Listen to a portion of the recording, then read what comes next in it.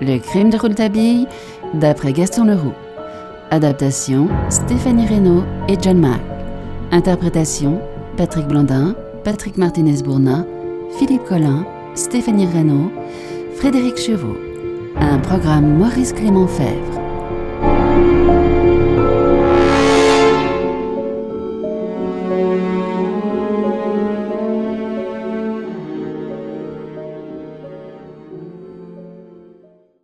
Pourriez-vous nous donner quelques détails sur l'aide de M. Fulbert?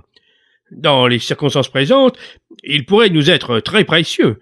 Nous ne voulons pas vous surprendre.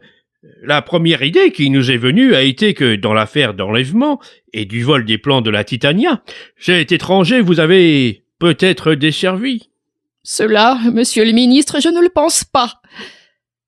Non, je ne le pense vraiment pas. Je mettrai ma main au feu que Serge Regitsky est incapable de nous trahir. En tout cas, s'il avait voulu, il aurait pu le faire, n'est-ce pas? Certes, il était au courant de tous les secrets et de toutes les imaginations de mon mari auxquelles il ajoutait les siennes. Il n'ignorait rien du mécanisme le plus caché de la Titania. Rien, monsieur. Même ce que votre mari avait jugé bon de ne pas dévoiler à M. Cromer, son aide le connaissait. Oui, monsieur, il savait tout. Voilà qui est catégorique. Le Polonais sait tout et il peut tout.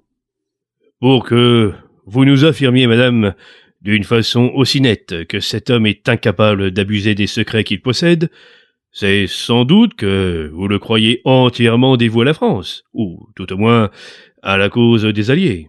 Non, monsieur, non. Ce n'est point pour une raison patriotique quelconque que je le crois incapable d'une infamie. Si j'ai parlé ainsi, c'est que je connais son caractère et aussi son amour pour ma fille.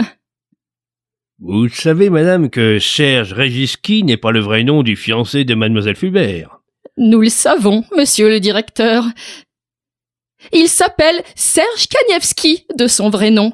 Et sous ce nom-là, a été traqué en Pologne et en Russie, poursuivi en France lors du procès des anarchistes, condamné à 5 années de prison, qu'il a faite bien qu'on n'ait rien pu prouver contre lui de bien précis. Et bref, c'est un homme qui a beaucoup souffert et qui croit avoir été injustement condamné par la France. C'est un homme qui ne doit pas beaucoup aimer la France. C'est possible, monsieur, mais ma fille l'aime, elle, la France.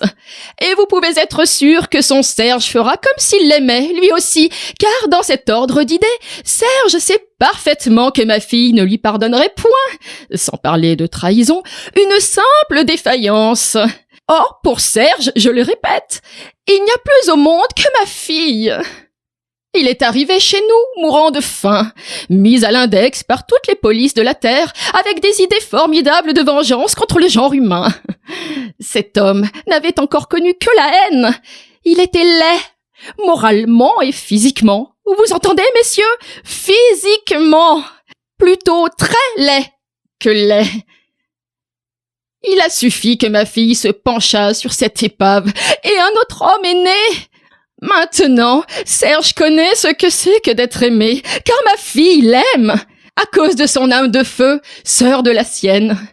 Maintenant, Serge connaît l'amour.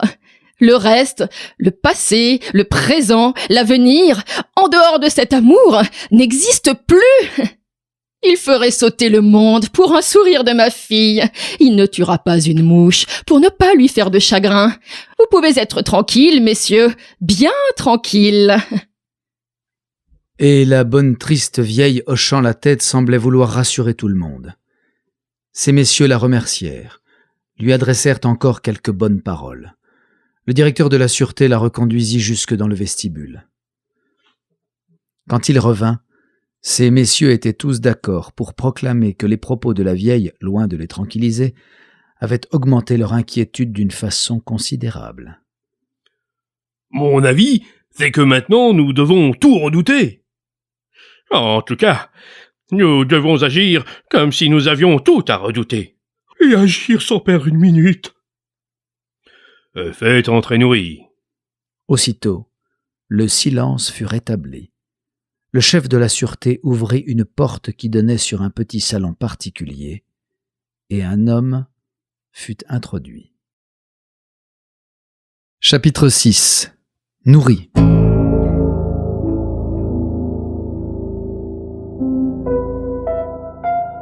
Il était jeune encore, de physionomie très intelligente et paraissait avoir beaucoup souffert physiquement. Il avait un bras en écharpe. Il était vêtu d'un costume assez hétéroclite de poilus convalescents. On le fit asseoir. Le directeur de la sûreté lui dit « Nourri, vous allez nous conter tout ce qui vous est arrivé à Essen depuis le jour où vous avez connu Mallet, puis comment vous vous êtes évadés tous deux, et comment Mallet fut tué à la frontière hollandaise. » Messieurs, j'ai été fait prisonnier sur l'Isère. J'ai été dirigé aussitôt sur le camp de Rastatt. Il n'y avait pas 8 jours que j'étais là, que l'on me demandait si je ne voulais pas aller travailler de mon état à Essen, chez Krupp. Je sors de l'école des arts et métiers. Depuis 5 ans, j'étais à la tête d'une grande maison de coutellerie de Guéret. Mes papiers avaient appris ces détails aux Fritz. Je leur ai répondu, si c'est pour fabriquer des baïonnettes ou travailler aux munitions, il n'y a rien de fait. Ils m'ont dit non, c'est pour fabriquer des ciseaux pour coudre, pour les femmes. Je croyais qu'ils se payaient ma tête. Mais je me suis dit, on verra toujours bien. Et je leur ai répondu, ça va. Et je suis arrivé à Essen. Il y a là, en dehors des usines, des camps de prisonniers militaires. La plupart de ces prisonniers sont simplement réquisitionnés pour le service de la voirie. Mais il en est quelques centaines que l'on emmène du camp le matin pour les faire travailler aux usines que l'on ramène le soir. On n'exige pas d'eux qu'ils travaillent aux munitions. C'est une erreur de croire, comme je l'ai cru longtemps moi-même, que les usines d'Essen ne fabriquent que des canons, des obus, des cuirassés et tout autre engin de guerre. En effet, une partie assez grande même des ateliers produit des articles des genres les plus variés, destinés à être échangés contre des victuailles ou des objets de première nécessité dans les pays neutres. J'ai vu moi-même entasser sur les quais de la Ruhr, à Duisbourg, des produits fabriqués à Essen, des machines et des assemblages mécaniques qui allaient partir pour la Suède, laquelle expédie en échange de l'huile, du poisson, du papier et du bois. Les usines Krupp envoient en Hollande des couteaux, des ciseaux, des machines à coudre, des ustensiles de tout genre. Particulièrement, tous les prisonniers français qui ont été employés avant la guerre dans une fabrique de machines à coudre sont sûrs qu'on leur proposera de travailler à Essen. S'ils acceptent, ils sont bien traités et reçoivent même un salaire raisonnable. S'ils refusent, il n'est pire misère qu'on ne leur fasse. Ce n'est pas dans les ateliers que j'ai connu Mallet, mais au camp, un soir, en prenant un verre de Munich à la cantine. Lui, il ne travaillait pas dans l'acier, mais dans la radiologie. Durant des mois, il avait été employé à la section de fabrication des voitures radiologiques militaires. C'était sa partie. Quand ils surent qu'il travaillait avant la guerre à la Sorbonne, dans le laboratoire du professeur Laval, ils le firent entrer dans le laboratoire d'énergie que l'ingénieur en chef des inventions avait assez récemment créé dans le grand pavillon des recherches. Plus d'une fois, Mallet m'a dit qu'à son idée, ce n'était point toujours dans le but de guérir des plaies que, dans le laboratoire d'énergie, on se livrait à certaines expériences autour du radium. Quoi qu'il en soit, c'est là que Mallet eut la surprise d'apercevoir un jour une figure qu'il connaissait bien, celle de l'inventeur Théodore Fulbert. Que faisait-il là? Comment se trouvait-il prisonnier? Voilà ce que Mallet fut un certain temps à se demander, sans pouvoir trouver de réponse. Fulbert était très surveillé. Il ne faisait que traverser le laboratoire pour s'enfermer dans un petit cabinet de travail qui lui avait été spécialement réservé. Mais un jour, Fulbert aperçut Mallet et le reconnut. Il lui signe qu'il avait besoin de lui parler. 8 jours plus tard, je vis arriver à la cantine un Mallet tout pâle et tout à fait incapable de déguiser son émotion. « Allons faire un tour », me souffla-t-il, et il me conduisit tout doucement, sans avoir l'air de rien, jusqu'à la boulangerie Kuhlmann, qui est située à l'extrémité nord-ouest du camp. On nous y servait clandestinement du café et des liqueurs dans l'arrière-boutique. La mère Kuhlmann nous y laissait pénétrer assez souvent, parce que nous lui payions bien ces quelques minutes de solitude. Elle fermait en effet la porte sur nous, et c'était le seul moment de la journée où nous ne voyions plus nos geôliers. C'était très appréciable. L'arrière-boutique avait une fenêtre qui donnait sur le quartier nord des usines. Depuis quelque temps, par cette fenêtre, nous voyions s'élever au-dessus du mur du chemin de ronde un énorme bâtiment en planches d'une longueur que nous ne pouvions même pas apprécier, car elle nous était cachée par d'autres constructions et par l'accumulation des magasins provisoires qui avaient été dressés là depuis la guerre. Ce bâtiment avait ceci de singulier qu'il n'était point construit dans l'alignement des autres, ni parallèle aux autres. Il était orienté nord-est, sud-ouest, en oblique, comme posé de travers et passant à travers tout. Et on avait dû, à cause de lui, jeter bas plusieurs ateliers. S'il n'avait été absurde d'imaginer que l'on eût choisi un endroit aussi impraticable pour l'atterrissage des dirigeables, nous aurions pu croire que l'on était en train d'édifier là quelques hangars pour Zeppelin. De même, cette bâtisse était dressée au bord de la mer. Nous aurions pu croire qu'elle devait servir à la construction du plus grand vaisseau du monde. Mallet et moi, nous avions donc été fort intrigués par la vision de cet édifice fantastique, et d'autant plus bizarre que son toit était beaucoup plus élevé dans la partie sud que dans la partie nord. Ce jour-là, sitôt que nous fûmes seuls dans l'arrière-boutique de la boulangerie, Mallet m'entraîna à la fenêtre et, me montrant le gigantesque échafaudage, me dit « Tout ce que nous avons pu imaginer est au-dessous de la vérité. Sais-tu ce qu'ils vont construire là-dedans ? Une torpille formidable, destinée à réduire en cendres Paris en quelques minutes. » Je ne pus m'empêcher tout d'abord de hausser les épaules, tant ce projet me paraissait dépasser la limite des possibilités humaines. Mais Mallet n'était pas un enfant, c'était de plus un savant, et au fur et à mesure qu'il parlait, je me sentais gagné à mon tour par le plus sombre effroi. Il m'apprit qu'il était arrivé sans qu'on l'aperçût à pénétrer quelques minutes dans le cabinet de travail réservé à Fulbert. C'est là que l'inventeur l'avait mis au courant de la terrible aventure qui lui était survenue.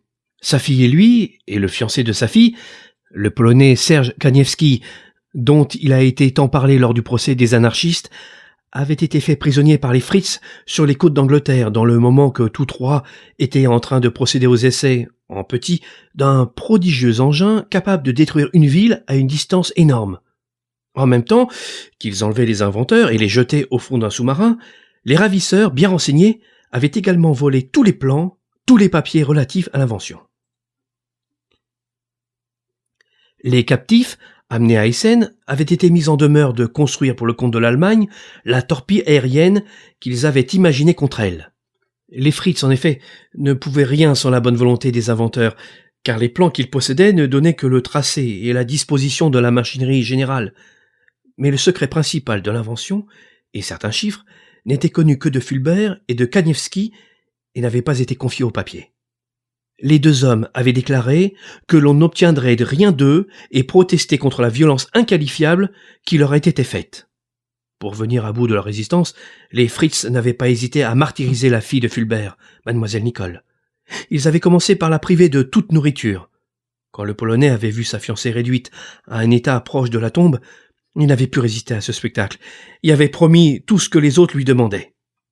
Kaniewski avait donc livré les formules chimiques de l'explosif et le secret de la machinerie, mais en donnant pour celle-ci de faux chiffres. Les Allemands s'étaient mis au travail aussitôt. Ils avaient reconnu l'exactitude des formules chimiques et ne doutaient point que le Polonais, auquel on avait promis également une fortune, eût dit toute la vérité. Fulbert pardonna à Kaniewski d'avoir livré la formule de son explosif à air liquide, car à Essen même, on lui avait fait constater que l'Allemagne travaillait à un nouveau trinitrotoluen, qui n'était pas loin d'avoir toutes les qualités de sa thermite. Là n'était pas le danger. Ce que Fulbert redoutait, par-dessus tout, c'était le moment où les Fritz s'apercevraient que Kaniewski les avait trompés quant aux chiffres relatifs à la machinerie secrète de la torpille, ce qui ne manquerait point d'arriver d'ici 4 ou 5 mois. Kaniewski, évidemment, avait voulu gagner du temps. Peut-être avait-il espéré que la guerre, dans les 5 mois, aurait pris fin, ou tout au moins qu'un événement heureux viendrait sauver les captifs de l'épouvantable situation dans laquelle ils se trouvaient. Mais ce que savait bien Fulbert, c'est que Kaniewski était incapable de voir souffrir Nicole. Là était le sujet de l'incessant tourment de l'inventeur, ce qui l'empêchait de dormir, ce qui lui donnait l'air d'un fou, me confia Mallet. Chaque minute qui passe, avait râlé Fulbert, nous rapproche inévitablement du terme fatal. Une imprudence de Kaniewski peut encore précipiter les choses. La raison de Kaniewski n'est pas solide depuis qu'il sait qu'ils peuvent faire périr Nicole. La mienne aussi chancelle à cette idée. Mais en ce qui me concerne, je suis sûr que je leur résisterai. Pas un mot ne sortira de ma bouche, pas un chiffre de ma plume. Tandis qu'avec Kaniewski, tout est à craindre. Avec lui, ils peuvent tout avoir s'ils savent s'y prendre.